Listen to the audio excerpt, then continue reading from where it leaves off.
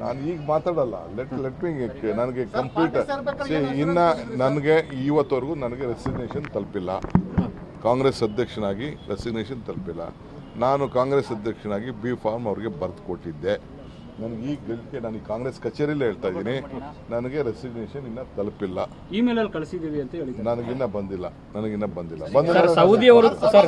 ಹಾಗಾದ್ರೆ ಸರ್ ನಿಮ್ಮ ಪ್ರಕಾರ ಅವರು ನಿಯಮ ಬಾಹಿರವಾಗಿ ಪಕ್ಷ ಸೇರ್ಪಡೆ ಆಗಿದ್ದಾರೆ ಹಾಗಾದ್ರೆ? ಈಗ ಬೇಡ, ಈಗ ನಾನು ಈಗ ಯಾಕೆ ಮಾತಾಡಲಿ, ನಾನು ಆಮೇಲೆ ಮಾತಾಡ್ತೀನಿ.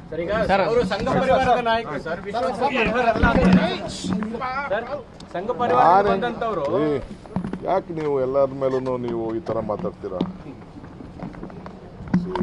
ಸಂಘ ಅವ್ರ ಡ್ಯೂಟಿ, ಸಂಘದವ್ರು ಅವ್ರ ಸಂಘದವ್ರು ಕೆಲಸ ಮಾಡ್ತಾರೆ. ನಾವು ರಾಜಕಾರಣಿಗಳು ನಾವು ರಾಜಕಾರಣಿಗೆ ಕೆಲಸ ಮಾಡಬೇಕು. ನಾನು ಸಂಘಕ್ಕೂ ಅದಕ್ಕೂ ಏನು ಹೋಲಿಕೆ ಮಾಡಲಿ? ಸಂಘ ಪರಿವಾರ ಅವರಾಗಿದ್ದರೆ ಯಾರು ಬಿಟ್ಬಿಟ್ಟು ಸಂಘ ಬಿಟ್ಬಿಟ್ಟು ಕಾಂಗ್ರೆಸ್ ಸೇರ್ಕೊತಿದ್ರಾ? ಅದು ಇದೆ ಪಾಲಿಟಿಷಿಯನ್. ನಾನು ಯಾಕೆ ಬೇರೆ ಸಂಘ ಹಿಂಗೆ ಅಂತ ನಾನು ಯಾಕೆ ಮಾತಾಡಕ್ಕೆ ಹೋಗಿ? ನೋಡ್ರಿ, ಐ ಆಮ್ ಟೆಲಿಂಗ್ ಯು, ಯಾರು ಬಿಟ್ಟು ಹೋಗಲ್ಲ. ಜಗದೀಶ್ ಶೆಟ್ಟರ್ ಏನು ಹೋಗಿದಾರೋ ಅದು ಬೇರೆ ವಿಚಾರ. ಬೇರೆಯವರು ಜನ ಅವ್ರನ್ನ 35,000 ವೋಟಲ್ಲಿ ತಿರಸ್ಕರಿಸಿದ್ರು ಕೂಡ ನಾವು ಕಾಂಗ್ರೆಸ್ ಪಕ್ಷ ಭಾಳ ಗೌರವದಿಂದ ಅವ್ರನ್ನ ನಡೆಸ್ಕೊಂಡಿದ್ದೀವಿ. ಮಿಕ್ಕಿದ್ದು ಆತ್ಮಸಾಕ್ಷಿ ಮತ್ತು ಜನ ತೀರ್ಮಾನ ಮಾಡ್ತಾರೆ.